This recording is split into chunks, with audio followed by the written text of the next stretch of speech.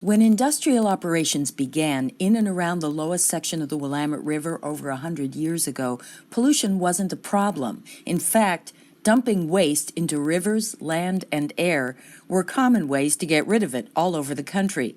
However, people became increasingly aware that it was a problem when polluted water and air became noticeable and harmful to people's health.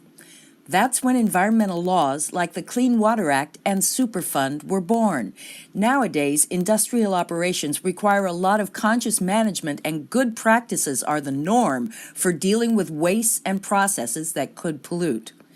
DEQ's been cleaning up sites around Portland Harbor since the 1980s. In the 1990s, DEQ asked EPA to help study the river because we suspected that contamination from the land areas might also be in the river. In 1998, EPA funded the Weston Study, which indicated the 5 miles of the Portland Harbor initial study area were impacted by high concentration bullseyes of river sediment contamination near upland cleanup sites, and also a low-level smear of sediment contamination throughout the study area. In December 2000, Portland Harbor officially became a National Superfund site because of harmful levels of pollution found in river sediment. The main contaminants are polychlorinated biphenyls, commonly called PCBs, pesticides, particularly DDT, polycyclic aromatic hydrocarbons, or PAHs, and several different metals, such as zinc, copper, cadmium, and tributyl tin.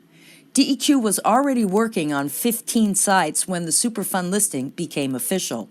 As more cleanup work and investigation got underway, the study area was expanded to the current 10 river miles.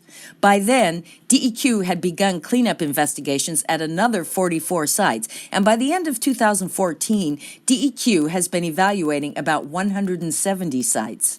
So, what does it mean to be designated a Superfund site? Well, for one thing, it means that DEQ needed to stop focusing on comprehensive cleanup of both the land and the water. Working with EPA, 6 tribes that wanted to be involved, and other state and federal natural resource agencies, DEQ signed an agreement that EPA would lead cleanup of the river using federal authority, and DEQ would lead cleanup of all the upland sites using state authority. But what does having a Superfund site in our river really mean to us? Many local residents, particularly members of environmental justice and ethnic communities, rely on fish caught in the vicinity of the Portland Harbor for food. Eating resident fish, not migrating fish like salmon, is the chief risk to humans from the contamination in the bottom of the river. That's why the Oregon Health Authority posts signs in several languages and conducts outreach within these vulnerable communities to educate fishers about avoiding this health risk. Risks to the creatures that live in or feed from the river are more widespread than the risk to humans eating resident fish. As critters in the sediment are exposed and then are eaten by larger critters, the toxicity increases as it goes up the food chain. Biomagnification is how levels that wouldn't harm an otter or a human when in the sediment are increased to a level that is harmful to the top predators. So, what are we doing about it?